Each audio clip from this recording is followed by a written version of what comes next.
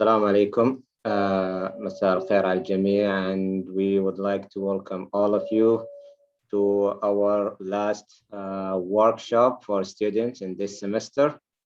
And today's workshop is going to be about revising, editing, and proofreading in the process of writing, presented by Dr. Naila Masoud.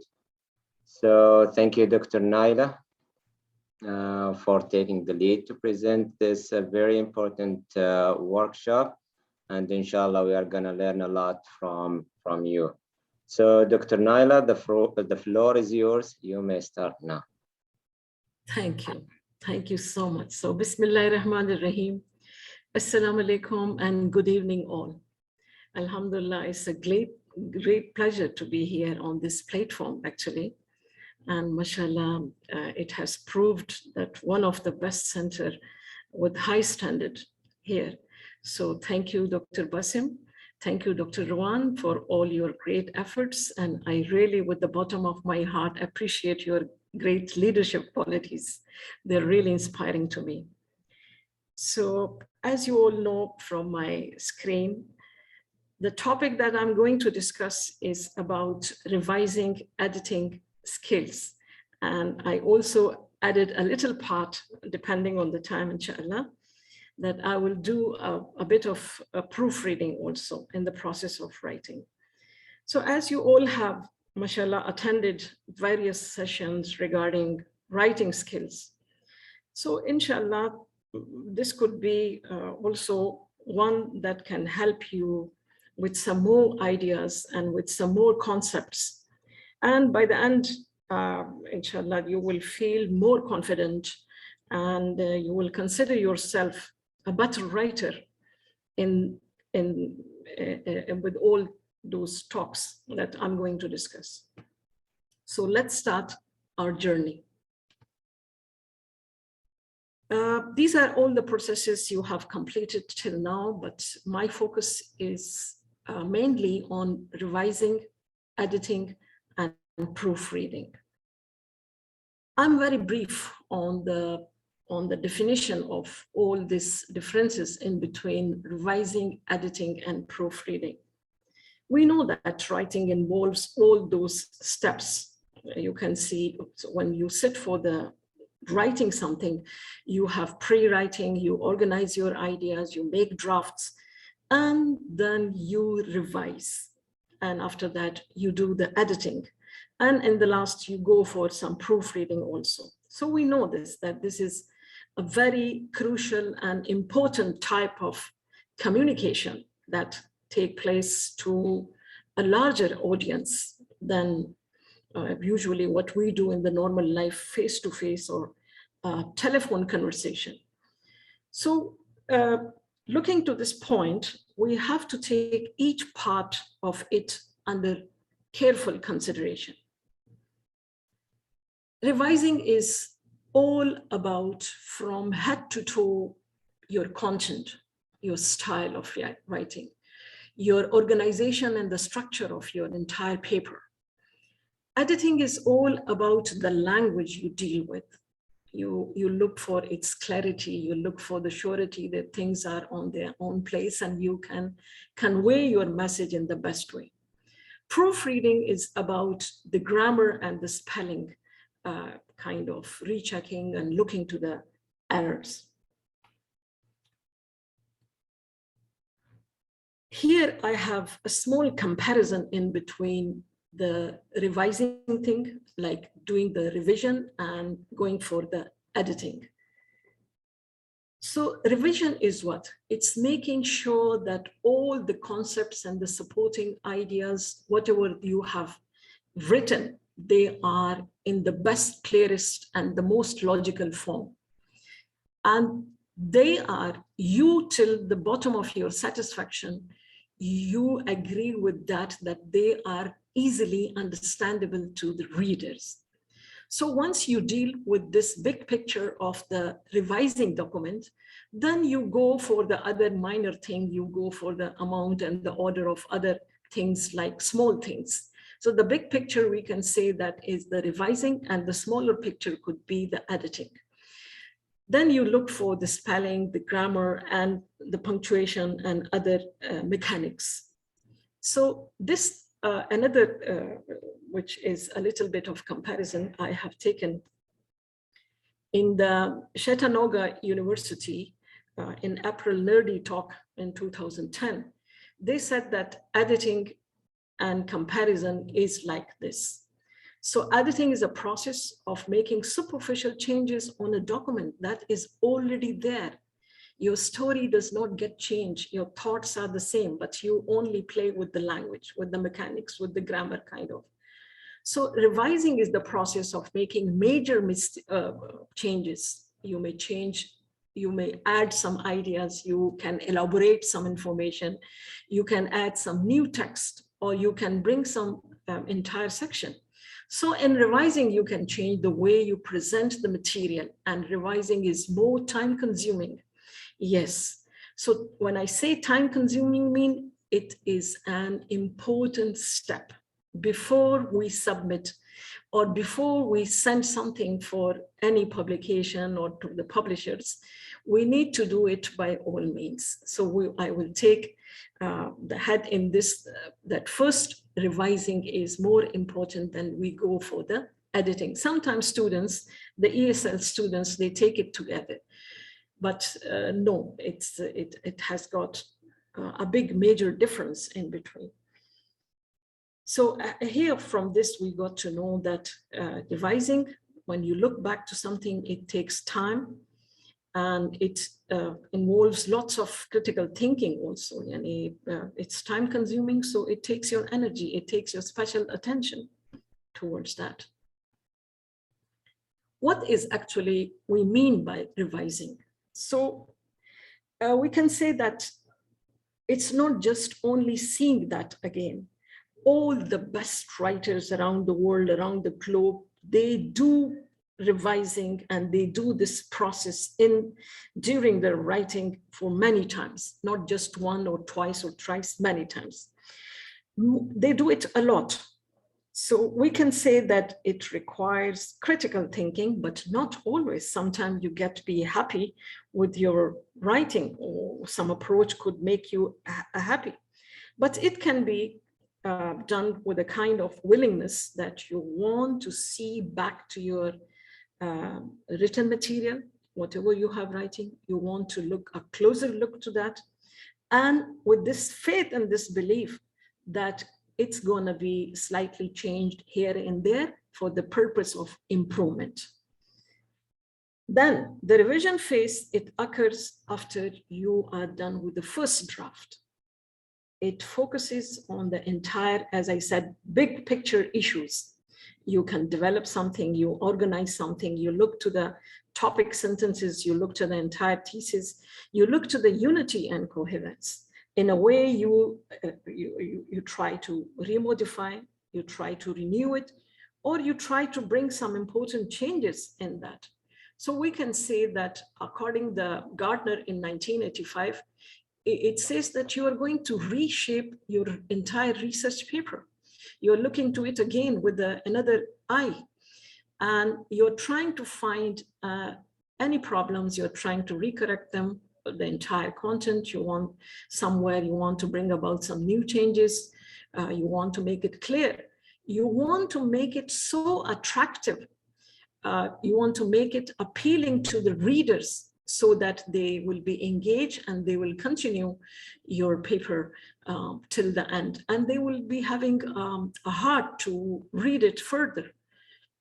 So it looks the bigger picture. And the importance is at this slide that it has got a higher order of your concern. So we pay due importance to this thing. But there are still some challenges, some issues for the ESL, EFL students.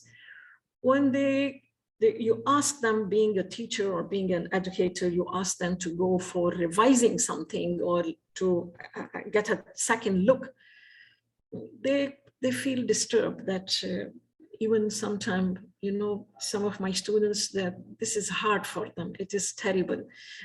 Some of them, they might think sometime, and they say it in front of me, is it a punishment? Challenges are what? That revising is changing your status. Now, when you revise something, you are no more the writer. You change your place and you become a reader of your written material. Of course, it takes time, it takes efforts, it wants your energy to take the burden, to see it again and again. It deals with the patience. You have to have stamina to bear with yourself. Sometimes, yes, it is confusing or conflicting when you take the feedback from your peers, from your colleagues, from your friends, or any group member. So they all give you a different idea, because never two minds could be the same. And then what happens? Then it sometimes leaves you diffident. You think that you are no more that much confident in your writing. And you think that you are no more a good writer. But no, actually, it isn't like that. We have to take the feedback, yes, by the end, as a proofreading, as a peer review, as your self-review, but it should be for a positive gesture, for a positive thinking, that we can do that. But for this, so challenges are there.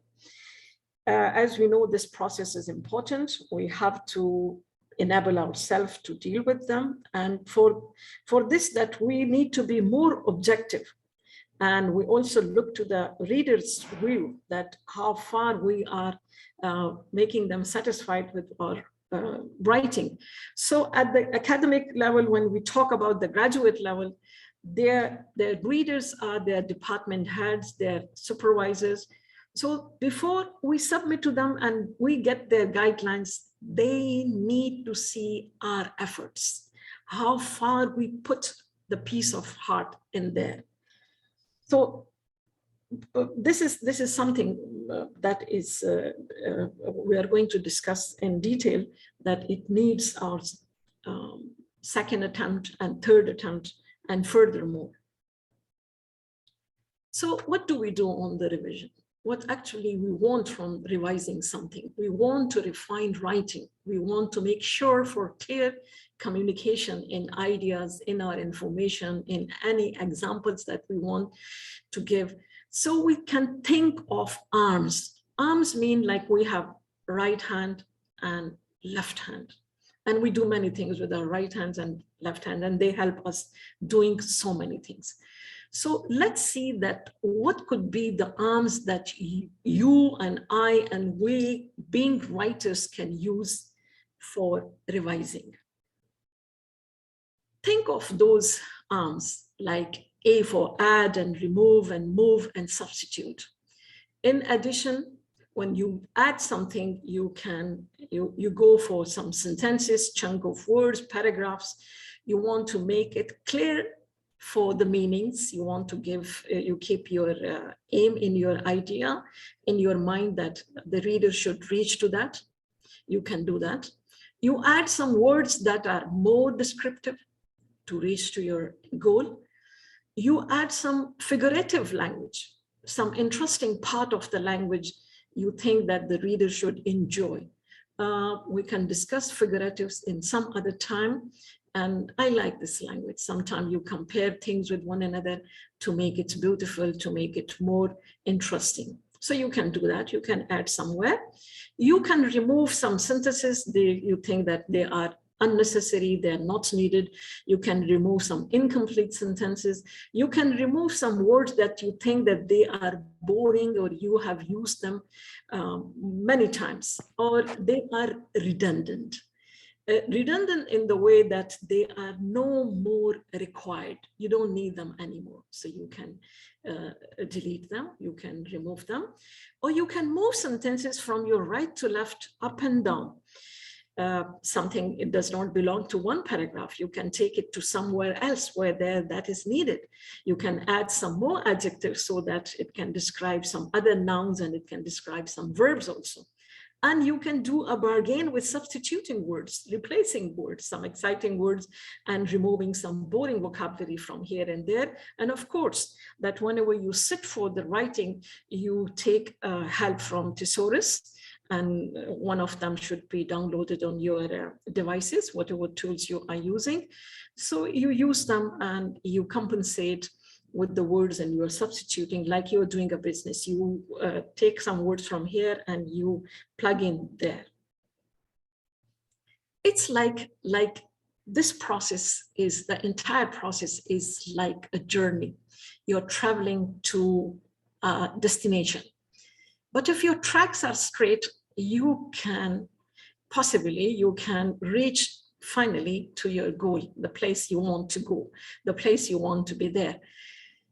But if the tracks are not straight and they are mingling here and there, so of course you're wasting your time and we will find ourselves on nowhere. So you need to see, you look for unity in the entire process of revising.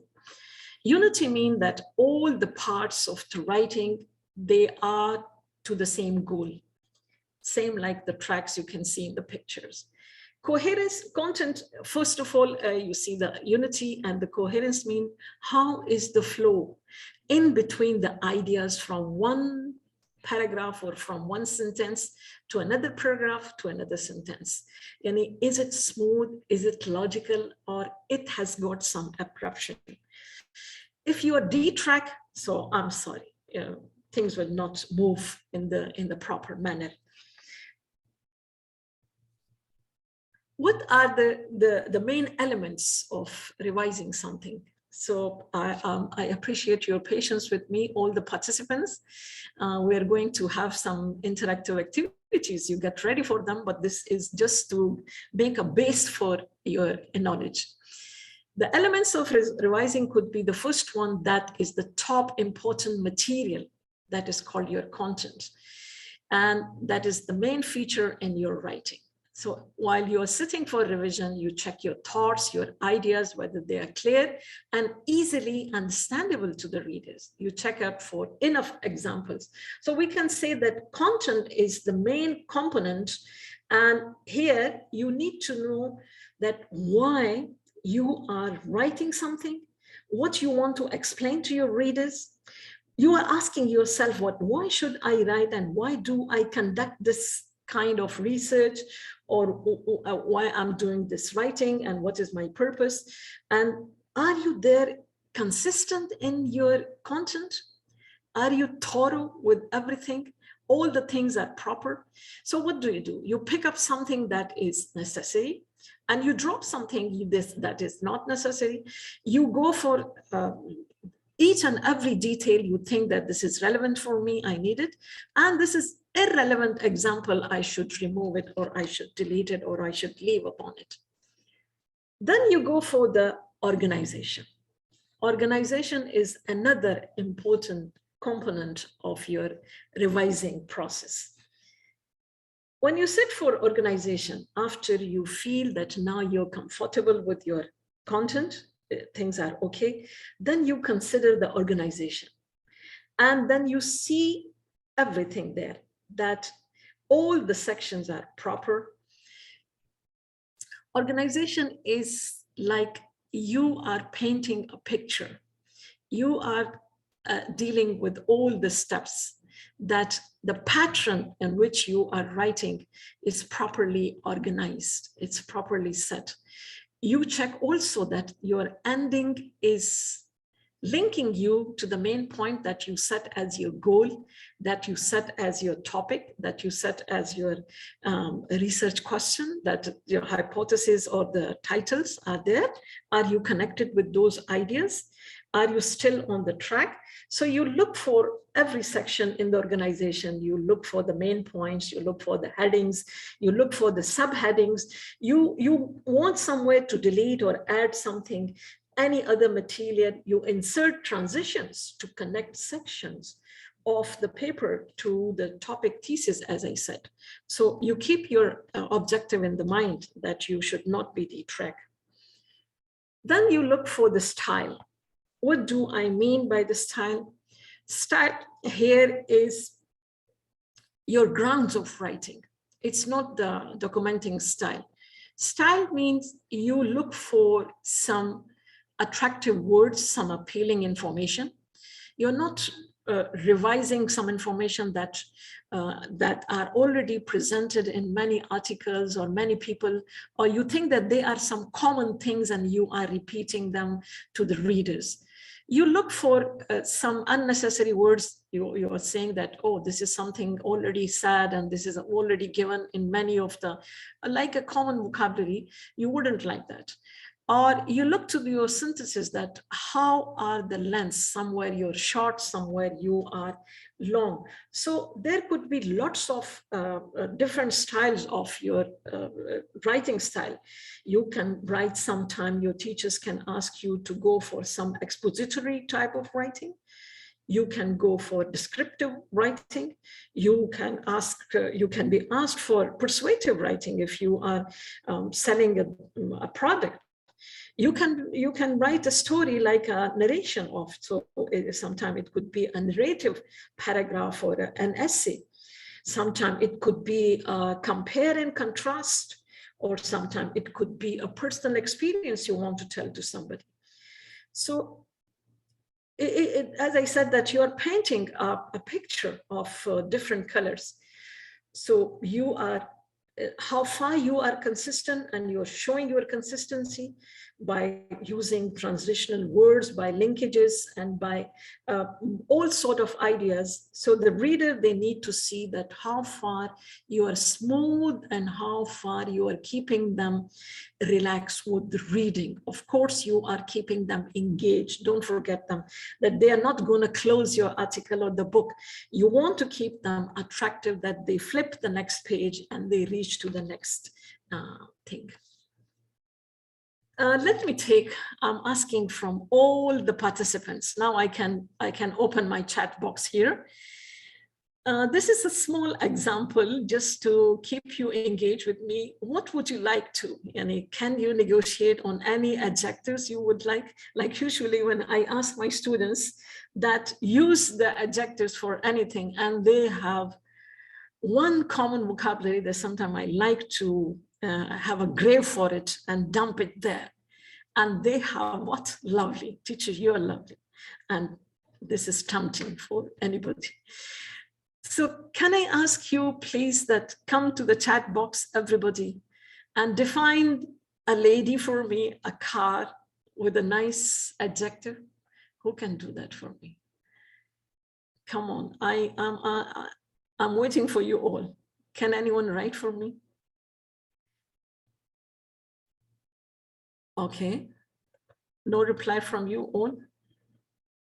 Good, smart, charming lady, good, excellent, Allah. Anyone else? Thank you. Smart lady, pretty lady. For the lady, lots of adjective. Go to the next one. The car for the men, but nowadays the women also, they have a love for the car. Dress, baby, voice, a house, a piece of writing. You can go for, wow, luxury car. Thank you, Afra. Thank you, Zainab, a fast car. So when I sometimes give to my students this type of using adjective, they enjoy adjectives more than any other type of exercises, because they believe that they can describe the things in the better way.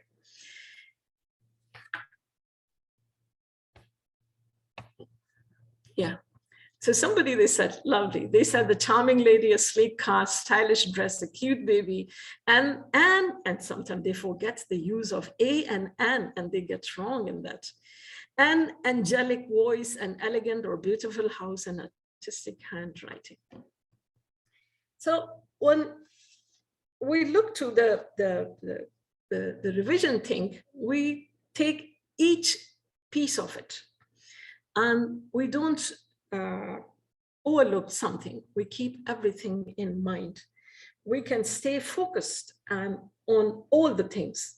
So the primary goals, of course, that is the topic that we need to keep in mind. We can remodify as I said, the thesis statement, we can address any section, we can go for any supporting evidences, we can add, yes, if you are adding any graphics, sometimes we use graphics and to make our writing more understandable. So you can go for, you can delete any graphic, you can, particularly for the science students, if they want to have any lab reports or they want to use any statistical analysis, they can use the graphics. Now, what could be the other elements? Yes, mechanics, separately, we are going to discuss that in the editing, but this is also part of revising. This element is also, when you check out the mechanics, you look for the grammar, you look for the spelling, you look for the punctuation. Citation also, you look for the something you have cited, different resources and references you have used. You use them in a proper style, and you want to keep them in the correct form, in the proper form. I want to tell you that I have used here lots of questions, and deliberately, the idea was here that the students for the graduate studies, they can take advantage of this checklist. They can have a snapshot, they can have short notes, writing somewhere. And when they sit for their revising material, anything from their writing, they need to keep those points. So I'm sorry that I'm gonna ask lots of questions from you when maybe you have written something, you're still on the process of writing, you might be writing in the future. So you need to keep those checklists and those kind of questions in front of you. You keep them like your thoughts that whether you are on them or not. So during the revisions, when you do this strategy, of course, you are trying to add and you're trying to eliminate. You have the freedom. Here, you got free that you can do with the arms as you did before. When we talk about the strategies, we need to look for the unity. We need to look for, that means that each information is connected to the main idea. We need to see that all sentences, they are in the details. They all revolve around the single main idea. So when you're writing, your writing needs to be not only clear in the unity, but also in the coherence. So what you do, you read what you have written, do it again and again.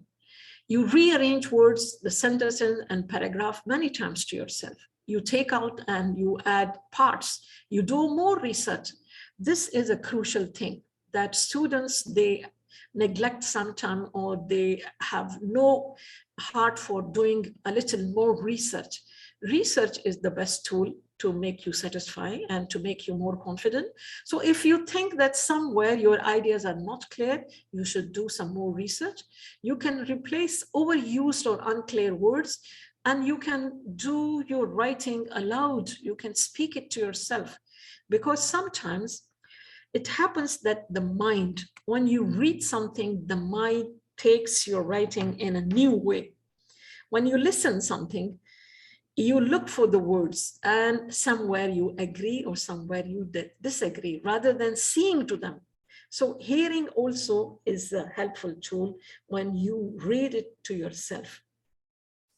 But how to make sure that everything is you did together and it is tied together, and that you present your argument in the most logical and smooth way? Who is going to decide that?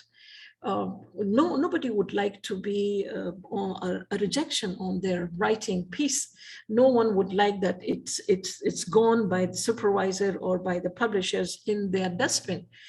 We want that to be ideal. We want that to be accepted. We want that to be admired, and we want that to be appreciated. It's not that hard. It's simple. What you do, that you use a lot of reading articles before you. You go for the writing pieces again and again. You use lots of transition words, how to connect ideas and phrases in between. you can turn your scattered thoughts into a well-organized and neatly looking piece of prose by doing many things. So we are going to see. And here I want to mention something. This is really very attractive. I hope you all pay attention to this. Once I was reading this in some article, and it impressed me. This was about Sir Tom Stoppard, a British, I think, a British playwright or a screenwriter. Somebody sometime once they asked them, and it is a popular reply to a question somebody they asked on an interview from them, that how has your life changed over the last few years? He became a famous playwright. If you want to Google him and you want to come to me, I can show them to you. So he said that, look, on every exit as being an interest somewhere else. So we should not take this as a burden. Oh, how to do the revising? It is like a big challenge and issue for me. I'm unable to do that. No, we have to do it to be the best writer and a good writer to our readers. So we need this effort. We need to ask those questions. They're kind of big questions, but we have to give a thought to them. Anywhere while you are in the process of revising, are you clear on every place? Do you think that still some more informations are needed, or they are enough? You think that you need somewhere less information because the ideas are not very sure, not very clear. As I said, that you can do some more research. And what do you think about that? The information, you place them, they are in the proper order. Where are the transitional words? Where are the phrases that you connected properly? They are ordered. Are they making any sense to your reader? The reader might not have that much background of their knowledge about that topic. So how far you can help them? For example, I usually give this example to my students that think about the story because they love it and they want me to tell everything about them. So I ask them, when I ask two different things like the novel of Harry Potter, they're delighted because they know their background knowledge is enough for them. But when I want about some other novel, any other novel, if you help me, if you know anything, can I know from your knowledge? Or let me, the secret codes of Leonardo da Vinci. When I ask them, they are blunt because that knowledge is not for them. They get a bit confused. So we need to keep in the reader are the main audience to whom we are addressing and to whom we are writing. So we need to make them happy that they should be all the time engaged with us. How to accomplish? All the time. And this is another thing that is from my time, keeping a pen and a pencil, the writing material, or if you're a screenwriter, you write on your devices or your laptop or your computer. So this should also be a usual practice to identify your errors or to keep them in front of you, that where you are doing some mistakes and where you would like to add and drop ideas while you're revising the entire piece of paper. First of all, take a break. Yani come with a relaxed physical and mental health. So before you attempt the revising thing, you should have enough energy. You keep with a fresh mind. You come with a fresh mind. Read your draft to yourself. When you listen to your words, they can put a different effect and impact on yourself. So look to them. Maybe somewhere when you read it to yourself, you feel that somewhere you need to add or somewhere you need to delete, rather than seeing to the paper all the time. Then you can look back to the piece of paper. Imagine yourself that now you are a reader, how far you would like your writing. If somebody else, you're pushing them to read your article or to read your essay or paragraph or any research document,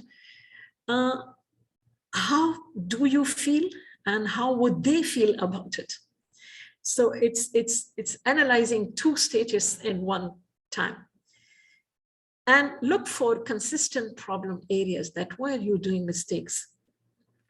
Like the real example, true life experiences I'm sharing with you, that as the ESL students, when we teach them about the punctuation, they always forget to put this small dot on the completion of any sentence and information.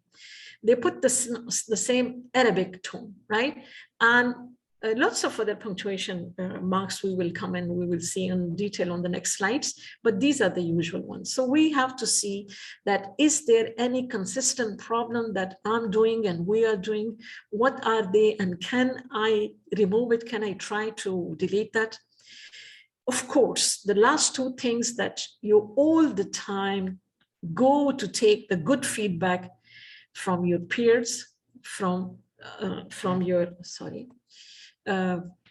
your group members. That they could be your study supervisor, they could be your friend, that could be any member from the family, but always you should have a trust on them that they will give you a constructive, a positive feedback. And somewhere, if they have some errors with it, or they find some faults, they will let you know.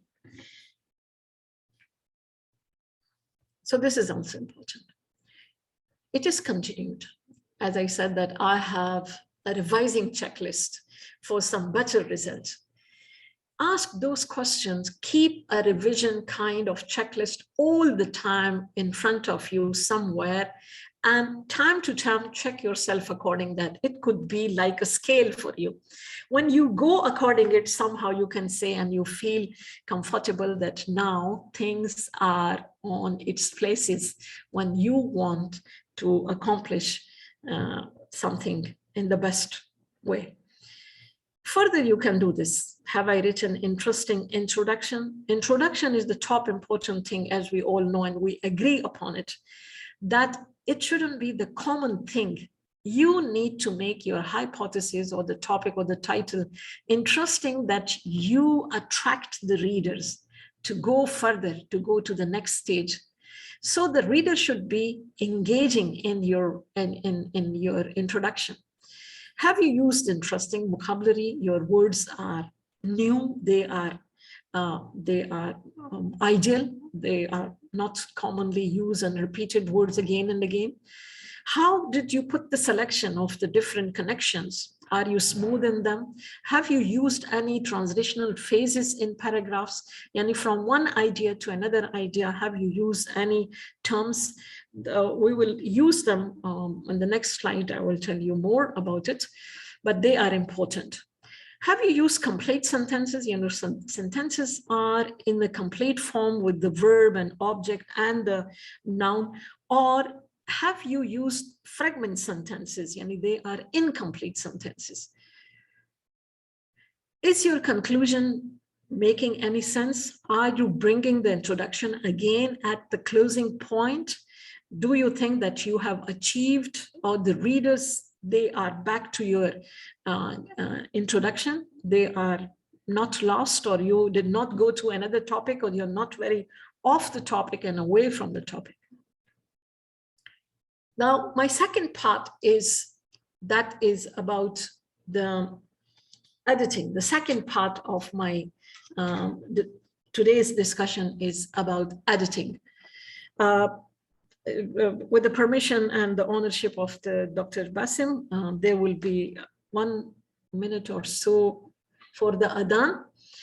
I will take a little pause, but I want to complete, I will inshallah be on time for your prayer. So when we come to the editing, what do we mean by editing? Was that not enough when we did the revising, we did the revision thing? No, of course. Revising is a small picture, editing is a small picture, and revising the entire thing is from head to toe is a big picture. So revising or editing are two different things. When we come for the editing, it means make everything correct. Refine the mechanics, mean the grammar, the verbs, the tenses, the spellings, the punctuations. So the main objective of editing is to make your writing readable. the reader's ideas are not dilute. They are understandable and they are enjoyable. Editing is finding and correcting problems with the grammar, style, word choice, and usage and the punctuation. So editing, we can say that it focuses on small picture like the word or a sentence form, right? So when you see that now, you're done with the revision process, you did the revising thing. Now the next concern is about the amount of your editing, right? So you make sure that on this thing, all the things are whatever you have written, whether that is the grammar, the spellings, and the punctuation, everything is completed. So you can move from the revision to the next. This will be the editing. So I'm just taking a 1 minute pause and will leave you for the meanwhile, I will see the chat box, somebody there asked. 10-minute prayer break. I think I should finish before that, so you will have enough time for your prayer time. Am I okay?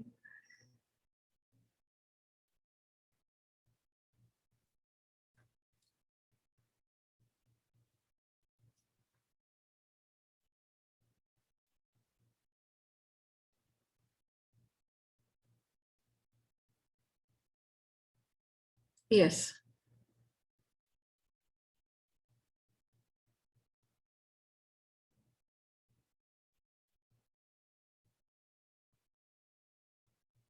All right.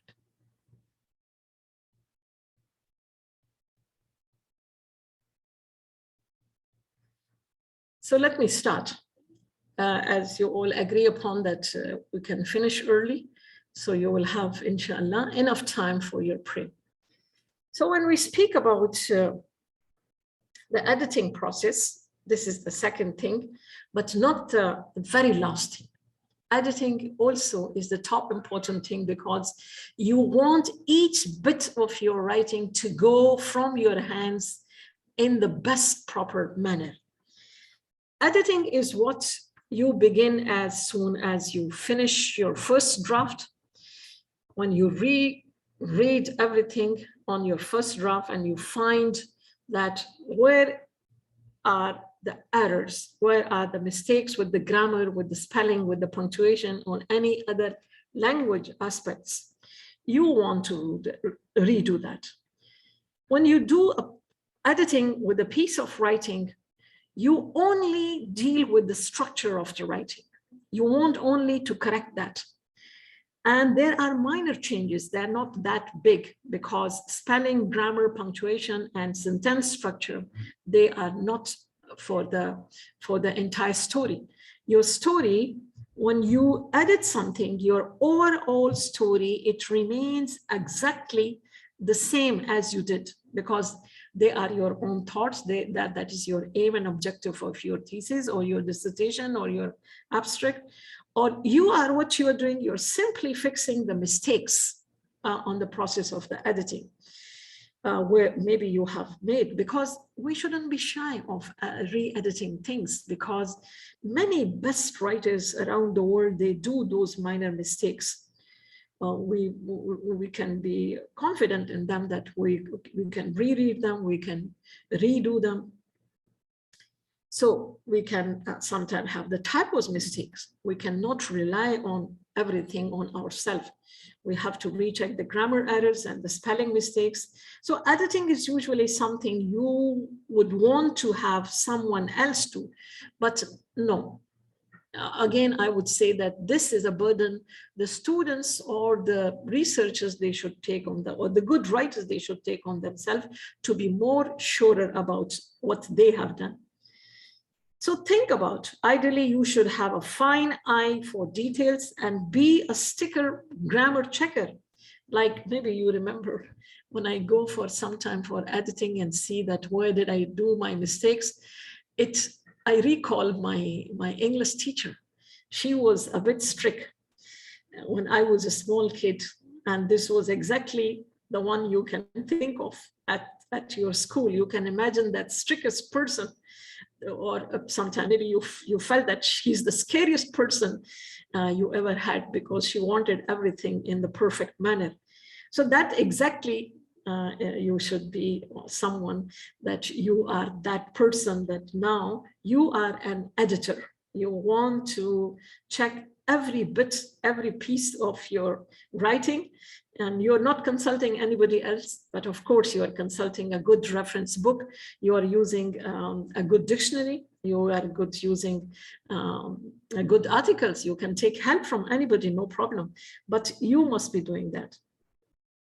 So when we ask for the research students or the students of essay writings, so they usually indicate that most of the errors in the graduate level and the college level essay when they write, they avoid this kind of editing. They think that sometime the auto checkers will find for them and will correct for them.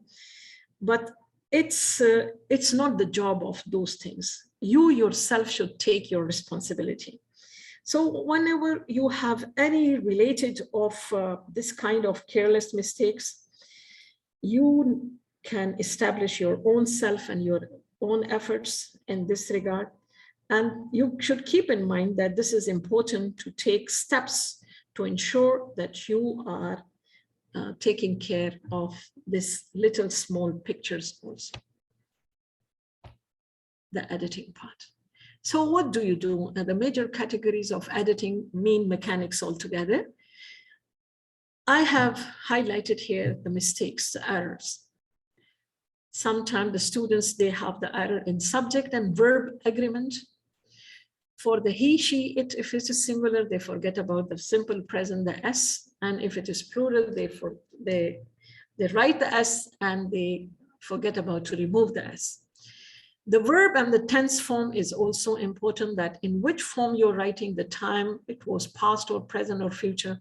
Correct verb form is also needed, as I said this before here. The proper use of pronoun words. For example, for she, we use her, and for it, it's like that, they and them, things like that. Some examples I have written here, and I want everybody's contribution here. You can recorrect it. One of his best friends, dash, twins. What would you like to use it? Have or has? Some of you can think that I'm taking you to the time when you were small, but this is, yeah, from the chat, it should come here. It should come here, yes. Yeah, good, good. So one of his best friends, and the second one that, oh, why it flips itself to the next one. Oh, you people are doing it to me. The second one is the news these days, dash, always so depressing. For the news, would you like to use is and are? Up to you. And afterwards, we will recheck with you. Now I need some good grammar teachers and grammar, those who are attending this. Here is about the punctuation. Punctuation, and sometimes it takes you on high orders, that where to use the proper punctuation, mean the capital letters or the small letters. Of course, we have different rules for them, and we discuss them always in the time when we are teaching them and students are learning. So we need to pay a full attention to that where are some of the sentences are fragments and they are incomplete, or some sentences are run-on that we have said them again, and some apostrophe. Of course, again, there are some rules we have to follow, but here is one example I am keeping here. Then when adding an apostrophe, do you add it onto the owner or what is being owned? Your choice, A or B. I need to know from you. Okay, so where would you like to put? Of course, for the somebody's possession, for possessive kind of sentences, you can use it. Some examples are here. For the question marks, you speak Arabic. You speak Arabic, I speak English, you speak any other language, don't you? For the reconfirmation, of course, different types of questions are there, verbal and written, and in between two people, and in the past, in the future. So depending on the statement, that how do you use it? So don't you, it means that I am directly in your content and want reaffirmation from you that is it certain that you speak Arabic? Don't you? Yes, you do. She asked, are you happy to be home? So the question mark is missing. These are some examples that those small careless mistakes take us back to the editing, and we want to give a good face that we are a careful writer and we are intact with all those problems. Another could be with the correcting misspelled words. When you are rephrasing confusing sentences and you are trying to be sure on everything, what is the variety, what is the structure, run-on or the fragment sentences, and how can you deal with them again at the time of editing? For example, this is somewhere a wrong misspelled word. When you do it on, thanks to the Googles and thanks to the Grammarly, that they help us to correct our spellings, but we cannot rely upon all the time on them. We have to get help from our authentic sources, like keep a good dictionary. For example, here I put another example for your interaction, that a pair of something is two object. So where is the problem? You can find that. Or the boy's sister, Monica, loved the pepperoni pizza. Somewhere there is a mistake. I sometimes give them to my students and I ask them, because they usually write on their devices. They write on their laptops, they write on their tablets and on their cell phones. So they ignore those kind of things, or they are all the time short of time because they have lots of other things. There are lots of other reasons. But when you want them to be perfect and you want to be perfect, of course, you are going to the editing part. So there are many of problems here in 1 and 2 and 3 and 4 also. Like sometimes we have they are, there, and there.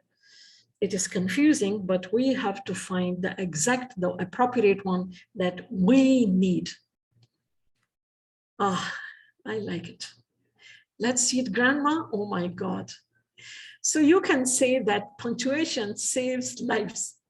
A little small comma on the top and at the bottom can make a difference in life or can change the message to the entire globe.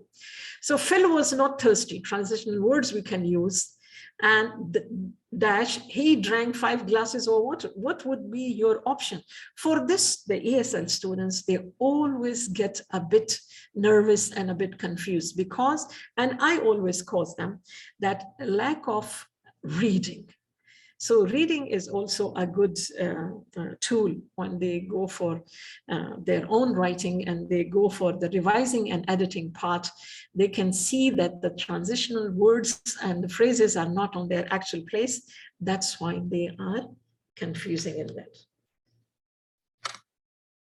Another one, this, can you hear me? Can you hear the misspelled words are there? So as I said, if you are using a fragment sentence, I said it before, so students should have a good awareness of that. And they can say that this sentence is incomplete. I have to complete this transition. I have to use it here. I have to have some good adverbs to go further from this one to that one. They need to have proper things.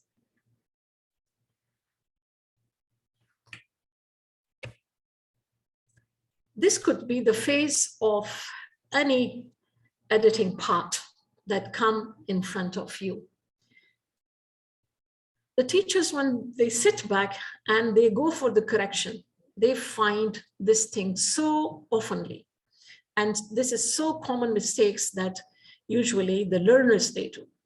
There are typo mistakes, there are incorrect punctuations mistakes, there are extra spaces, there is inconsistency in the punctuations, and there are unnecessary commas somewhere they put. There is needed of capitalization. Something should be written in capital letter, but it's not showing there. So some examples of editing are here, and you can see that this is the usual practice. The teachers, when you submit to them, they do it. This is one of software engineer. He wrote about his competencies, and look how many mistakes.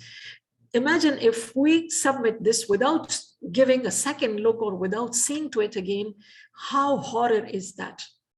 So correcting misspelled words and rephrasing confusing sentence, adding commas and periodic, etc., the periods, etc., they all are parts of editing, and we need to recorrect them. We can take help from these lovely cups. I always keep them in my mind. So the red one is for me to make a capital letter or a small letter somewhere. Or maybe I have a wrong usage of any verb or a tense, or a spelling is wrong. Punctuation mark is not there, or errors in the spellings. So what I do, I looked in the period of spellings, editing, I look to the spellings, I look to the wrong words, or the wordiness mean I put a lot of words, they are not needed. Or I look for the homonyms. The same type of words, they sound alike, like for example, sale and sale. Look, he is on sale, or it is on sale, or I saw a saw which could not saw, or see and see. So homonyms, sometimes they help us a lot. Some words are missing and some are needing. So why not to take help from those lovely cups? Using cups mean spelling wrong words, sound like alike words, and missing words, and capitalization. Using an appropriate style or formatting. If you remember on my revising, I talked about the style, the ground and the theme you're writing, but here I'm talking about the format you are writing. So make sure that the time when you are re-editing, you see that your documentation is in the proper style. That is about if you are writing in which style you want to write. Are you writing in the APA, the American Psychological maybe agency for the formatting you're using, the Chicago style formatting, or MLA, the Modern Languages Agency you're using, or they can cite for you, they can provide help. So when you do it, you put your writing on this platform, and you will get to know that where you're right and where you're wrong. It helps a lot. So be sure that your formatting style is appropriate to the writing style you have. Some specific suggestion, these are some ideas, or maybe they are some advices for you while you are editing, that stick to the subject, verb, object as much as you can. And be simple, be thorough and precise. Pay special attention to the tense form. If you're talking in the past, like a story or something you want to narrate, you have to be careful about the past verbs and some confusing past verb. When they are irregular, you need to pay another look to that. The subject verb agreement should always be there because it is urgent. The possessive agreement with the subject also should be there. For example, if you're saying boys' books, right? Sarah's book. So you don't making Sarah's, a lot of Sarah's, you're making only one Sarah's apostrophe S. When you're saying boys, so after the S, you're writing the apostrophe, things like that. Avoid weak verbs mean that sometimes we make things very complicated, and not only the reader, the writers, most of the time they don't like it. For example, if we say that he's planning to have a party at this house this weekend, why to make it this much long? We can say he plans to host a party this weekend, or she wants to be at the party, she wants to attend the party. So rather than using to be or to, or maybe, or might be, be precise and be very thorough in this. Use active verbs or passive verbs. This is also a suggestion. For example, if we are saying that she was hit by the car, we can say the car hit her. Or avoid passive voice by the same as I did before, that when you think that now the action and the receptor is two different objects, we can use this one. Rather than saying that the house was damaged by the rainstorm, we can say that the rainstorm damaged the house. A story was written by him, we can say he wrote a story. So rather than making them confused about those things. What to do? Now the editing strategies. Keep an error log. Keep a book with yourself or a piece of paper. Your habitual errors should be there. Or you can identify that this is the part I need to rectify to yourself. So it will help you to identify your problems afterwards when you sit back and you rewrite a neat, clean paper. So this would be something to help you grow personally as a good writer. When editing, review your paper for one more time. So do not look for only one type of errors, that those are all the words misspelled. No, you can check back to other mistakes also. You can see that where you are wrong in some adjectives, where you are wrong in some verbs, where you are wrong in the pronoun of a noun. Where did you write a capital or small letter? You need to see that. Keep a list of your habitual errors, something you do again and again, as I give the example. So as you edit all of these things, you usually make significant revision of every content that you are writing on your paper. So keep an eye out of all the errors, and wherever you are doing again and again, you should have a good record of that. So you would use a dictionary or a spell checker is an ideal tool. You can keep it always there with you. A pocket dictionary is also a good object that you should use it, and you should have a habit. More checklist on this editing part. Have you written all the correct sentences? The grammar is fine. Have you constructed clear and effective sentences? Things are not any repeated again. Or you are giving the transitional words are written in between the sentences, or conjunctions are there. They are effectively used from one thing to another. Or you have used correct and well-selected words. The word choice is okay, and not the lovely and the love for everything. You have gone for a different vocabulary also. Have you add or correct, or you dropped any, like I said, that to give you the sample, that the teachers, they keep this checker with them. We can also use some signs that from where you are wrong, you can highlight them somewhere with a pen, somewhere with a marker, somewhere you can underline, somewhere you can keep a circle that this you need to recorrect, or you need to put a mark on that. And again, you're asking from yourself that what about the capitals, italics, or other matters? The mechanics are fine, the format is okay. Or have I noticed that what actually I have written is everything is there, what I thought and I promised with my readers? Am I connected with everything? And I'm taking back to my topic sentence to them, or the title. Have I discussed that in an enough manner that everything is proper? Or have I read my draft aloud to myself, or did I see to it how many times? As many as you can see, but who will decide? You yourself. Before you submit it, you yourself is bringing it to the right order, to the right concern. When you feel that you put all your efforts, when you feel that now you are happy with it, believe me, you yourself is the best judge. You can, if you're happy with your writing, definitely it's for sure good. Afterwards, leave the rest to the good checker, and they will inform you about any of the mistakes if they find it.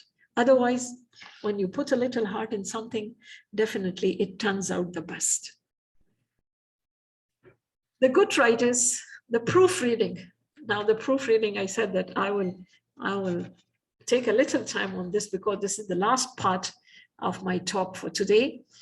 The good writers, they always are involved in the expert views and in the modification and in the scrutinizing, and they go and identify their problems and they try to rectify them.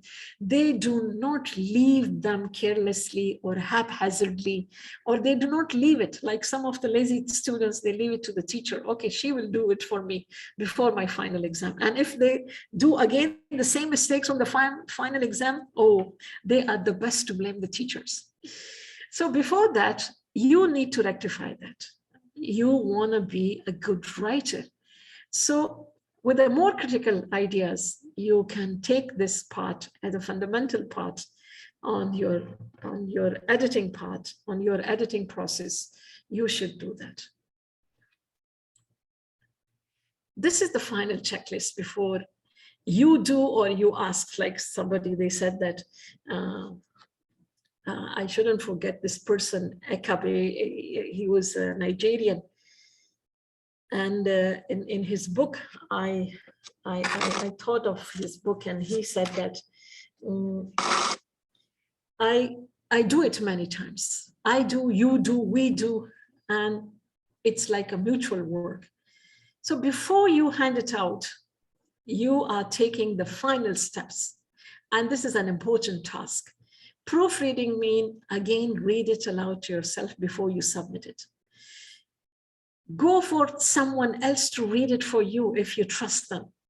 Ask them to identify the common errors, and you do yourself. You ask those questions from yourself. Again, check for the spelling and punctuation. Take more time. Take more time. Where are the usual problems? What kind of problems you're doing again and again? Ask from yourself, did you keep any promise? That the promise that you fulfill with your reader, is it still there? Or your reader lost the interest? This is the important aspect. When you read it to, when you read your assignment to yourself, and if you miss something, you will get to know. Don't leave it to the other people that they have to identify it for yourself. And ask yourself, what is the important part that you like the best in your paper? Maybe something will make you happy. This is also a positive sign, right? So somewhere, not to be all the time critical and negative about your own writing, sometimes you can be really happy, and this can amuse you that somewhere you are really, literally, you are a good writer. So these are the check marks we use on the proofreading. If you cannot write the whole sentence, or you cannot write, for example, for the spelling mistake, you can write just a simple one, SP, you can somewhere highlight. You know, these are some code words some teachers usually use, but I always, you know, somewhere at the bottom of the paper, I use a full comment for my students, not to leave them with the coded signs. Maybe they don't understand. For example, here, delete or remove something, like twice the word is being written, the answer. So delete somewhere this one, or they all are giving you a message. Each symbol is here, a small code that is giving you a complete message when the teacher, or you can do, just to save your time, to be short in your editing, you can leave those signs for afterwards if you want to go through it. Self-review, as we said before, it is an idea. Self-review is that you never give anything without your first look. When you do it, or you want somebody to review it, you do it for yourself. And it will make you enable that where are the areas you found, or where are the areas the peer reviewer they found for you. So where, keep a copy with yourself and keep another copy, give to them. And then when you sit back and compare, you will see that where you were right and where is your peer reviewer, he or she is right for you. So peer review, you can ask anybody, but they need to be positive in giving their way. They cannot say everything is perfect, but they should be they should have a very holistic review about you. They should be very honest about it. Or they can ask that these are the specific errors you're doing it. They can offer you suggestion if they are they have good caliber of that. So self-review and peer review is another good tool for the proofreading. And it is given both verbally and in writing. Sometimes you can ask them just to tell them how do they feel about it in short words, or sometimes they can give you in writing with the signs as I showed them to you earlier. So believe me, if you want to be successful, every good writer is a good reader. Good writing, this one, yeah, I was talking about this one. Chinua Achebe, this was a Nigerian African writer. And the word apart, or the word apart, I think it was the name of his book. He has written that every good writer is a good reader. Good writing does not happen in just a night. It needs efforts. It needs to look back again and again. It takes time. It's not simply haphazard work or without thinking. So he said that it shouldn't be just to admire. Yeah, it shouldn't be. It needs to be understandable rather than understandable. We don't just say that these are good. These are some computer softwares that can help you. They can help you to catch little errors like poor spelling and grammar, but do not count all the time and do not rely upon them too much. Remember that computer softwares only consider spelling and not proper word usage. That is your job. You are going to do that. They do not, sometimes, yes, grammarly, they can suggest for you some good words, but again, you are the one to decide. You have the command that which word should be added to your writing. Spell checker is a good first step and the last step for any piece of writing. You can publish to it and it will give you suggestion about your spelling checks. Grammarly, the Scrivener, the Google Docs, the Microsoft Word, online thesaurus, they are, make sure that they are very official and they are on their home pages or home sites, so you can take help from them. These are some of my references. If you would like to go back on them and you want to check anytime, most welcome to me. Thank you for being great listeners. Thank you for your patience now. At the end of this, Alhamdulillah, as Dr. Basim has said, it could be the not last but not the least. We are all the time available to you, and you can come anytime to us. You may ask any questions and you can give any feedback. I am sure that now, Alhamdulillah, taking a very honorable center with the good leaders, you will take the charge of your writing that the AWC, the Academic Writing Center, they have shared with you. And you will, inshallah, become great writers. But again, I leave my words to you and promise that if you feel anywhere, you think that still you need help, still you're confused, still you want someone to find out, and still you need some guidance, you're welcome in the Academic Writing Center. Thank you very much, and thank you, everybody. I'm waiting for any question. You may ask me. All right, thank you, Dr. Naila. We saved the best for the last. Thank you so much. We really learned a lot regarding editing, revising, and proofreading. Thank you so much. And thank you all for attending the workshop. So I shared with you 3 links now, and please feel free to yes, complete the evaluation form. And we have also shared with you the appointment system. If you have any questions, as Dr. Naila said, you can book an appointment or a couple of appointments, and we'll be happy to assist you. And the 3rd link is our YouTube channel. Subscribe, share, and learn from the YouTube channel. So let's see if you have any questions, please open your mic or post it here in the chat.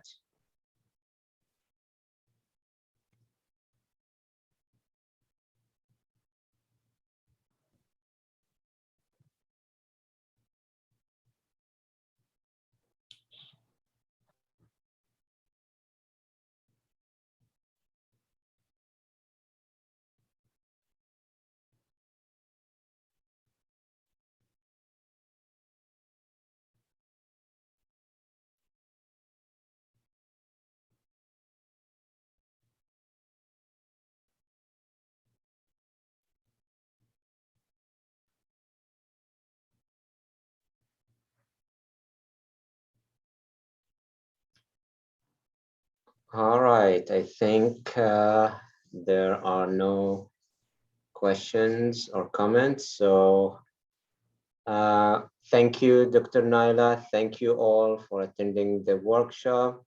And we hope to see you, inshallah, next semester. We still have 2 more workshops for faculty members next Monday, inshallah. Thank And you. yes, this is it. Thank you, Brother Kamal. Next week, we'll have how to create effective writing assignments. This is only for faculty members. So hope we see you, inshallah, next time. Enjoy the rest of your night and stay safe. Thank you all.